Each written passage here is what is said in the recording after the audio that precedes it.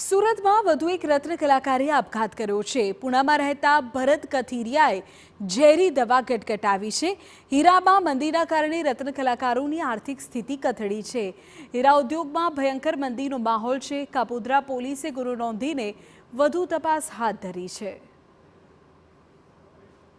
કારખાના 70% બંધ થઈ ગયા છે ત્યારે પૂરેપૂરી કપરી પરિસ્થિતિમાં આવી ગયો છે। નથી ભાડા ભરાતા, નથી છોકરાઓના ભણતરના પૂરા પૈસા થતા, પોતાના 2 ટાઈમના જમવાના પણ પૈસા નથી થતા, ત્યારે રત્ન કલાકાર શું કરે?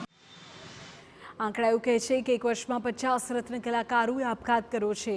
હીરા એકમો બંધ થઈ જતા રત્ન કલાકારો બેકાર થયા છે। આર્થિક સંકળામણને કારણે રત્ન કલાકારો આપઘાત કરી રહ્યા છે। રત્ન કલાકાર સંઘ દ્વારા આર્થિક પેકેજની માંગણી કરવામાં આવી છે અને જો માંગ નહીં સ્વીકારવામાં આવે તો આંદોલનની ચીમકી ઉચ્ચારાય છે।